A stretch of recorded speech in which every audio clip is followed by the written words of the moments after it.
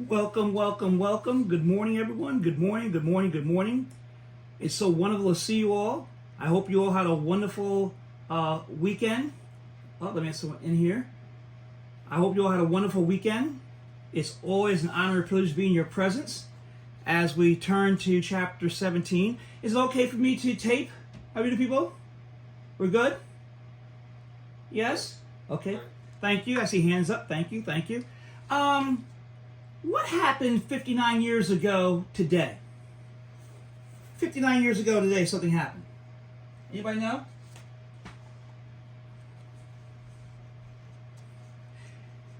And the answer is 59 years ago today, on November 22nd, 1963, we lost President John F. Kennedy on this date.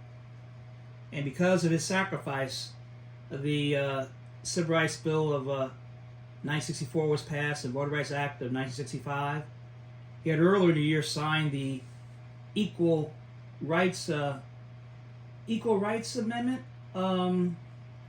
Equal Rights Act, which gave women, I think in the federal government, that equal pay. I'm not mistaken. So that was very important to have that outlook. Okay, my wonderful people. Let's go to page 325. Let's finish up chapter 17. In my notes, I have here forms of assignment. Does an assignment have to be in writing? My notes. Who is the obligor or debtor? Do you have to give notice of an assignment? What happens if there's improper payment? So, form of assignment. Generally, an assignment may be in any form. Statutes, however, may require that certain kinds of assignments be in writing or be executed in a particular form. Any words, whether written or spoken, that show an intention to transfer a sign will be given the effect of an assignment. That's on page 325, 17-2B, form of assignment. My next question is on page 325, 17-2C. Do you have to give notice of an assignment? An assignment, if otherwise valid, takes effect the moment it is made. The assignee should give immediate notice of the assignment to the obligor, setting forth the obligor's duty to the assignee in order to prevent improper payment. What happened in the HBB example? HBB example. What happened there? Was notice given? That may show up on the test, my wonderful people. Test number 4, part 1 or part 2. What's the answer to that? Notice wasn't given. Yeah, notice was given. Yeah, notice was given. It says here that to meet internal cash was given at the time to water sports. Yes, very good. Notice was given, right? So now water sports knows that they have to they've assigned that payment to West Coast Financial, right? And let me just read that again, the whole thing. Randy Marshall and Marlene Menendez own Huntington Beach Board HBB Company LLC, a 5-employee startup company making top-of-the-line surfboards. Marlene was able to sell 100 Duke-inspired longboards to Water Sports Incorporated, a large retail sporting goods chain, for $140 per board. So she sold 100 of them for $140. How much money is that? $14,000. However, the best payment terms she could obtain were payment in full in 90 days. Contract containing these terms was executed and the goods were delivered. To meet internal cash flow needs. What's internal cash flow needs? What's that? I know it's a review. That means what? To be able to pay their bills, right? HBB assigned its rights to receive the $14,000 payment from the buyer to West Coast Financial Associates and received $12,800 cash from the associates on execution of the assignment document. Notice was given at that time to Water Sports Incorporated of the assignment. The right to receive the payment due in 90 days under the sales contract has thus been transferred by the seller, HBB, the assigner, to the third party, associates, the assignee. to whom the buyer, Water Sports Incorporated, obligor, now owes the duty of payment. Under law assignments, associates assignee now has direct rights against the obligor, Water Sports Incorporated. What profit did West Coast Financial make off of this assignment? 1,200. Thank you very good. And if we change it to $14 billion was coming in, and they gave them $12.8 billion, right, to HBB because their internal cash flow problems, what type of profit would West Coast Financial make off of this assignment? What's the answer? Answer is $1.2 billion, right? And that's how Wall Street operates, okay? Okay, very good. So an assignment, if otherwise valid, takes effect the moment it's made. Assignee should give immediate notice of assignment to the obligor. That would be what, in our example, Water Sports, right? Setting forth the obligor's duty to the assignee. That would be what? West Coast Financial, in order to prevent improper payment. Let's turn to page 326. My notes. What is another name for the obligor? What's the answer, my wonderful people? Promisor. Yeah, so here it's the debtor. The debtor. So if the obligor is notified in any manner that there has been an assignment and that any money due must be paid to the assignee, the obligor's obligation can be discharged only by making payment to the assignee. So here, the debtor and the obligor are the same people, okay?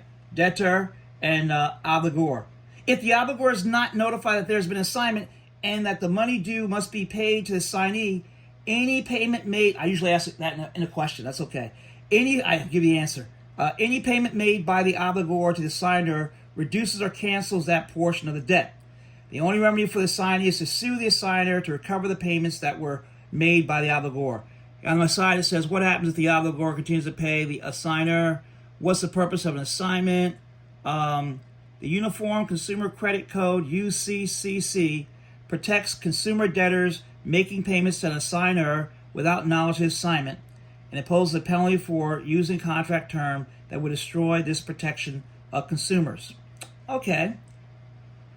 Assignment of right to money. What's that all about? Why do people make assignments? To raise money. Yes, to raise money. To raise money. Look what it says here on page 326, 70-2D. Assignments of contracts are generally made to raise money. For example, an automobile dealer assigns a customer's credit contract to a finance company and receives cash for it. Sometimes assignments are made when an enterprise closes and transfers its business to new owners. Can you assign a claim or cause of action? Let's go to the chat on that one. Yes or no? Let's see. Let's go to the chat. Can you assign a claim or cause of action? What do you have there for me? Okay, good, great, excellent. So here it says a person entitled to receive money, such as payment for goods sold to a buyer or for work done on a contract, may generally assign that right to another person. A claim or cause of action against another person may be assigned. Isaac Hayes, an Academy Award-winning composer, producer, original voice of Chef in the television series South Park, assigned his copyright interest in several musical works in exchange for royalties from Stax Records. A contractor entitled to receive payment from a building's owner can assign that right to a bank as security for a loan or can assign it to anyone else. Does the obligor have to consent to the assignment? Let's go to the chat on that one. Does the obligor have to consent to the assignment, my wonderful people?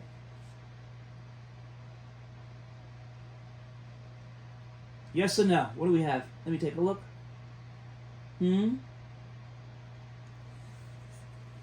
Top of page 327. Let's find out. Celeste owed Roscoe Painters $5,000 for painting her house.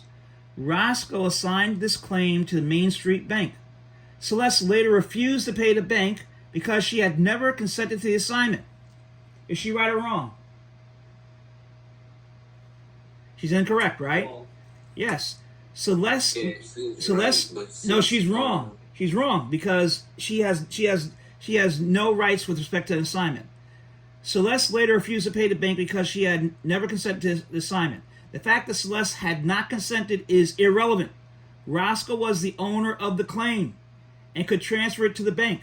Celeste, therefore, is obligated to pay the assignee, Main Street Bank. So it's irrelevant what she wants to do because it's the claim of Roscoe Painter, and they can decide where that money goes. So if you're receiving money, you want to assign it to somebody else, you decide who it goes to. What are future rights? Someone read that for me, please. Future rights on page 327, please. By the modern Thank you. rule, future unexpected rights to money may be assigned. Thus, prior to the start of a building contractor may assign its rights to money not yet due under an existing contract statement on completion phase schedule. Oh, thank you. What is the purpose of assignment? What's that? the purpose assignment of the right to money may be complete transfer of the right that gives the assignee the right to collect and keep the money. In contrast, the assignment may be held for security. In this case, the assignee may hold the money only as a security for some specified obligation. Thank you, and thank you both for reading. You learn more about that in Business Law 2. The assignment of the right to money may be a complete transfer of that right that gives the assignee the right to collect and keep the money.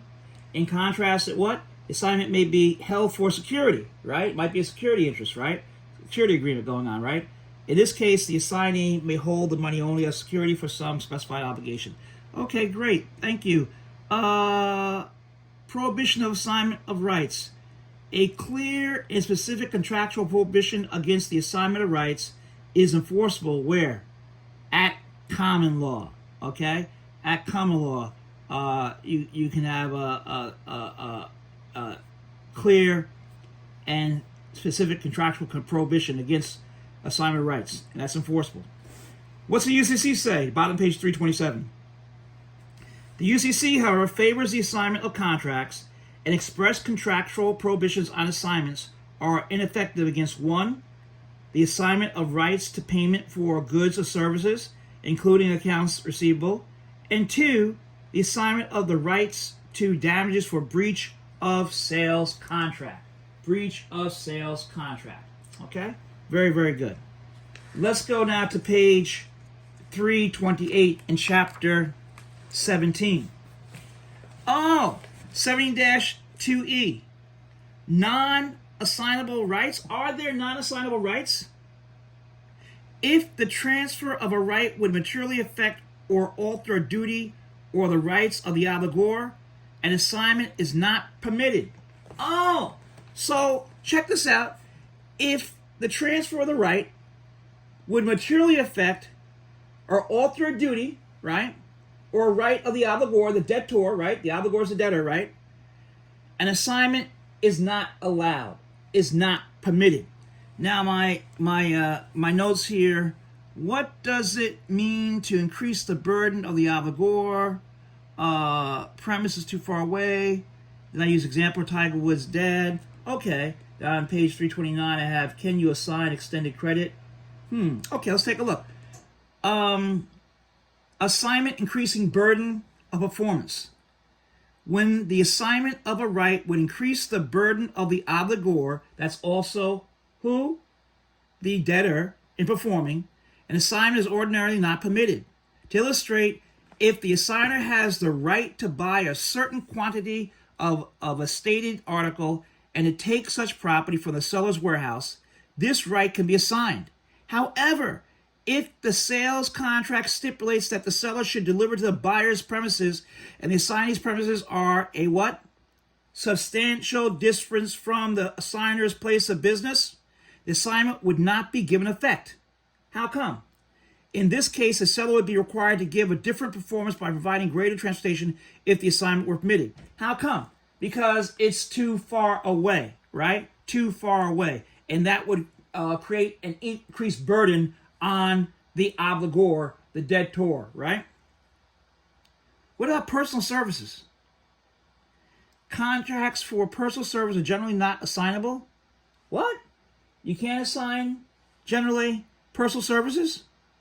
For example, where a golf instructor David Ledbetter to assign a one-year contract to provide instruction for professional golfer Davis Love III. David Ledbetter could not assign his first assistant to provide the instruction, nor could Davis Love assign a protege to receive instruction from Ledbetter. Professional athletes and their agents commonly deal with assignment or trading rights of the athletes in their contracts with professional sports franchises. So I use an example that Tiger Woods' dad taught him how to golf, right?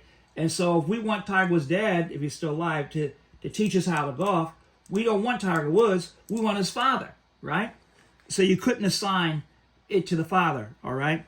There is a split among jurisdiction regarding whether employee non-competition covenants are assignable to the new owner of a business absent employee consent. That is, some courts permit a successor employer to enforce an employee's non-competition agreement as an assignee of the original employer. However, a majority of states that have considered this issue have concluded that restricted covenants, we see that already, are personal in nature and not assignable. Someone read for me, please, example about in September 2000, please.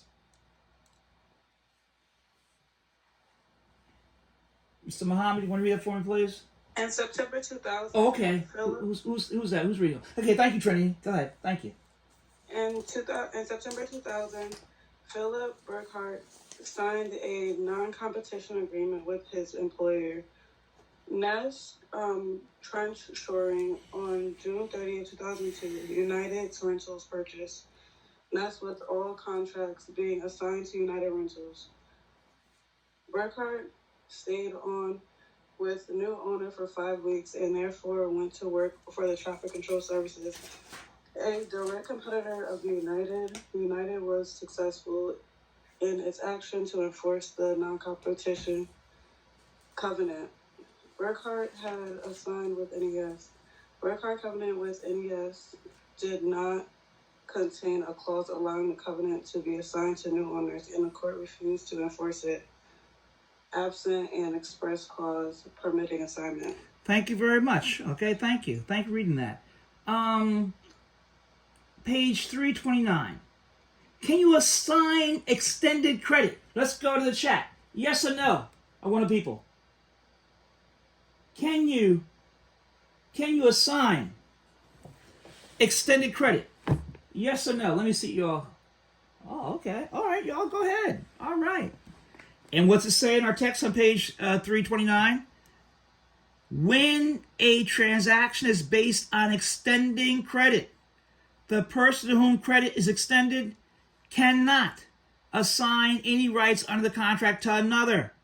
So you have Jack Aldrich contract to sell his summer camp on Lake Sunapee to Pat Norton for $200,000 with $100,000 in cash due at the closing and the balance due on the installment basis to Jack, secured by a mortgage on the property to be executed by Norton. Several days later, Norton found a more desirable property, and her sister Meg was very pleased to take over the Sunapee contract.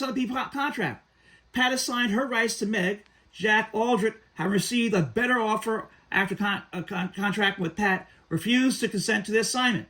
In this situation, assignment to Meg is prohibited. Why? Because the assignee, Meg, is a different credit risk, even though the property to serve as security remained unchanged. CPA examination, page 329, 17-2F, rights of assignee. What are the rights of assignee? Unless restricted by the terms of the assignment or applicable law, the assignee acquires all the rights of the assigner. Okay, so the assignee acquires what? Acquires what? All the rights of what? The assigner. At bottom page 329. An assignee stands exactly in the position of the assigner. I usually ask a question about that. The assignee, during lecture, the assignee's rights are, I might ask it during test too, the assignee's rights are no more or less than those of the assigner. If an assigned right to payment is subject to a condition precedent, that same condition exists for the assignee. Example, when a contractor is not entitled to receive the balance of money due under the contract until all bills of suppliers of materials have been paid, the assignee to whom the contract assigns the balance due under the contract is subject to the same condition. What is a condition precedent? What is that? What is that? My wonderful people? Huh? Anybody? What is it? Okay, let's go to page 337 for a moment. It says in the preceding chapter on page 337, you study how a contract is formed, what a contract means, and who has rights under a contract. In this chapter, attention is turned to how a contract is ended or discharged. In other words, what puts an end to the rights and duties created by a contract. 18-1, conditions relating to performance. What is a condition? As developed in the body of this chapter, the ordinary method of discharging obligations under a contract is by performance. Certain promises may be less than absolute, instead come into effect only upon the occurrence of a specified event, or an existing obligation may be extinguished when an event happens, right? What happened to Chad Newley? Huh? All right. These are conditional promises. Classification of conditions. How do we classify conditions? When the occurrence or non-occurrence of an event, as expressed in a contract, affects the duty of a party to the contract to perform, the event is called a what? Condition. Terms such as if, provided that, when, after, as soon as, subject to, on the condition that indicate the creation of a condition. Conditions are classified as condition precedents, condition subsequents, and concurrent conditions. So, here's an example I'm going to give. If Reverend Scott buys the Omni Hotel, then all my students will have jobs at the hotel. What do you call that? What kind of condition is that, my wonderful people? Condition precedent. Yes, exactly, right? Condition precedent, right? But on the condition that what? I buy the hotel, all right? So we just went to page 337 to explain condition precedents, right? We're going back now to page 329, 17-2G, the bottom. Here's my question I usually ask. Does the making of an assignment relieve the assigner of obligations? And the answer is, the making of an assignment does not relieve the assigner. It does not relieve the assigner. It does not relieve the assigner, okay, of any obligation of the contract. In the absence of a contrary agreement, an assigner continues to be bound by the obligations of the original contract.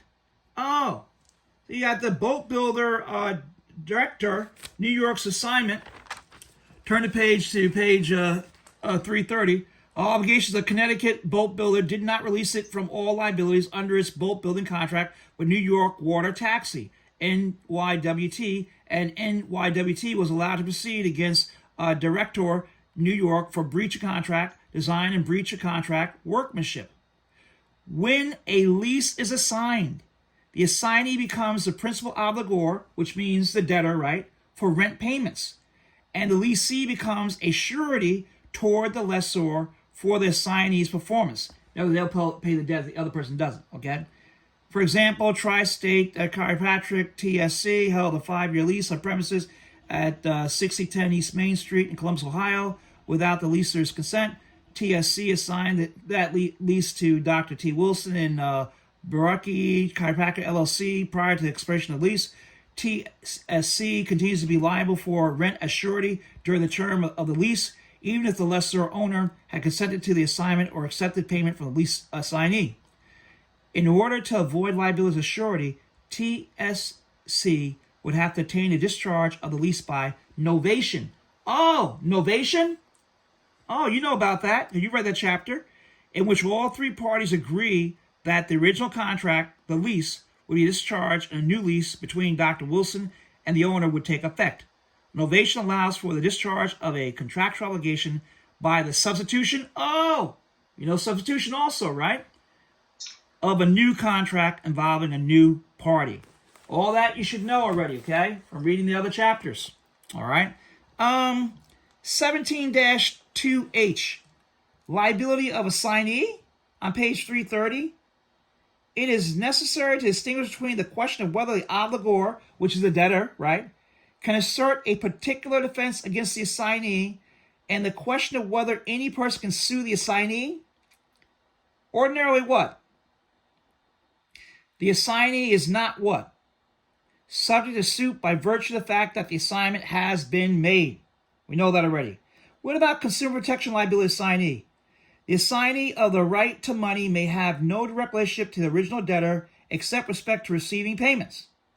Consumer protection laws in most states, however, may subject the assignee to some liability for signer's misconduct. Does the assignee have greater rights than the signer? Let's go to the chat. And who's on the telephone? Thanks for answering that question earlier. Who's on the phone? I can mark you in. Gary. Okay, thank you. All right, thank you. Thank you. What's the answer, my wonderful people? Does the assignee have greater rights than the assigner? And the answer is, okay, you go ahead, y'all. No, right? The assignee's rights are no greater than those of the assigner. If the obligor could successfully defend against a suit brought by the assigner, the obligor, which is the debtor, right, will also prevail against the assignee. The fact that the assignee is given value for the assignment does not give the assignee any immunity from defenses that the other party, the obligor, the debtor, could have asserted against the assigner. The rights acquired by the assignee remain subject to any limitations imposed by the contract.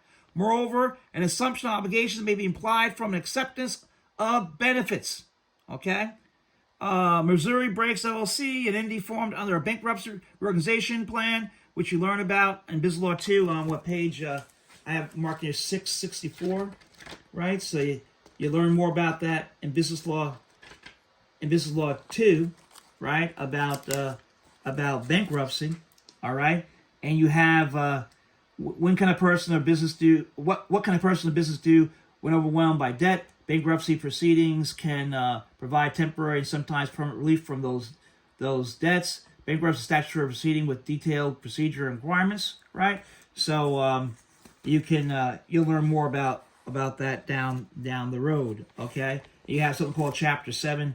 Bankruptcy is one in which all the debtor's assets, with some exceptions, will be liquidated to pay debts. You have Chapter 11 is a way for a debtor to reorganize and continue a business with protections from overwhelming debts without the requirement of liquidation. I have here reorganization, or Chapter 11 bankruptcy equals reorganize a business. And then you have Chapter 13. Chapter 13 of the Federal Bankruptcy Code provides consumers an individual form of reorganization. Okay? And you have certain laws that go by that. That's Business Law 2. All right. Where was I? So, an entity formed, for example, Missouri Brakes LLC, an entity formed under a bankruptcy reorganization plan that received assignment of the oil and gas leases of the now defunct entity Athens Alpha Gas Corporation. Alpha received the revenue from the operation of the well under leases and assumed the obligation to pay creditors. The court determined that Missions Brakes implicitly agreed to assume the liabilities to certain owners for unpaid royalties that were not discharged in the bankruptcy proceeding. Okay, that makes sense. What are the warranties of the assigner? I want people. What kind of warranties, Tristan, does the assigner give? Do you give any warranties? What kind of warranties? An implied warranty. Oh, so here, thank you. Page 330, 17-2I. When the assignment is made for a consideration, the assigner is regarding as providing an implied warranty.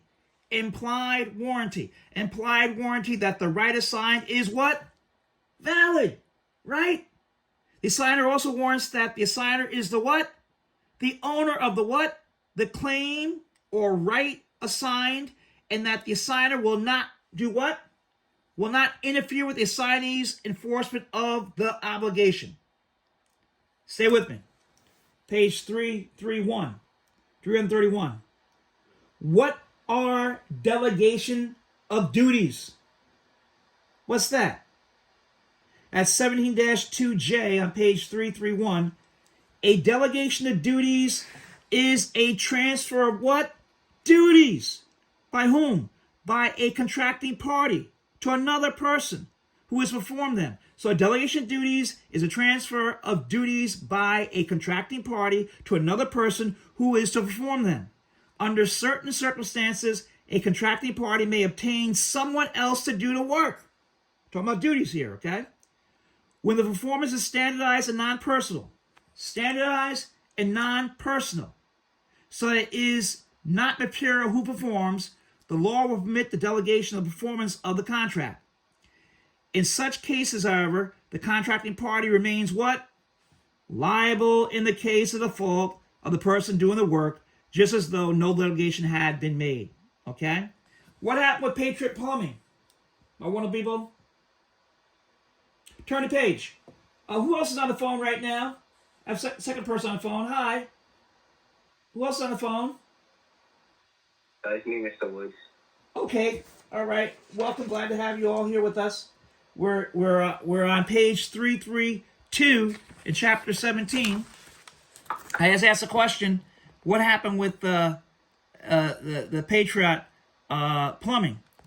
I have here in my book, I have a contract may prohibit a party owing a duty from delegating the work to someone else. Personal skill, we do not delegate to another. Example, doctor only can do the operation, no one else.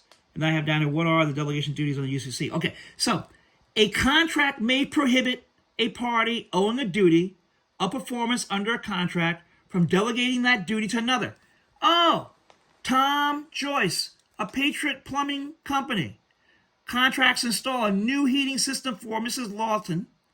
A notation on the sales contract that Tom Joyce would do the installation prohibits Patriot Plumbing from what? Delegating the installation to another equally skilled plumber or to another company if a backlog of work occurs at Patriot. If the performance of party to contract involves personal skill, talent, judgment, or trust, the delegation of duties is what? Barred, not consented to, not allowed, unless consented to by the person entitled to the performance. Examples include performance by professionals such as physicians, dentists, lawyers, consultants, celebrities, artists, and craftspersons with unusual skills. So you have an operation happening, something like that. You say, doctor, look, I only want you working on me, no one else. Okay, I don't want an intern. I don't want a resident. I don't want just you. Okay. Of course, you're asleep. You don't know what's going on, but but still, you don't consent to it. Intention to delegate duties. An assignment of rights does not in itself delegate the performance of duties to the assignee. In the absence of clear language in the assignment stating that duties are or are not delegated, all circumstances must be examined to determine whether there is a delegation. When the total picture is viewed, it may become clear what was intended. The fact that an assignment is made by security of the assignee is a strong indication that there was no intent to delegate to the assignee the performance of any duty resting on the assigner. So the fact that an assignment is made for security of the assignee is a strong indication that there is no intent to delegate to the assignee the performance of any duty resting on the assigner. What are the delegation of duties under the UCC? Respect to the contracts for sale of goods, an assignment of the contract or of all my rights under the contract, or an assignment in similar general terms is an assignment of rights, and unless the language or the circumstances as in an assignment for security indicate the contrary, it is a delegation of performance of the duties of the assigner, and its acceptance by assignee constitutes a promise to perform those duties. This promise is enforceable by either the assigner or the other party to the original contract. Any questions? Any questions on that? Any questions on chapter 17?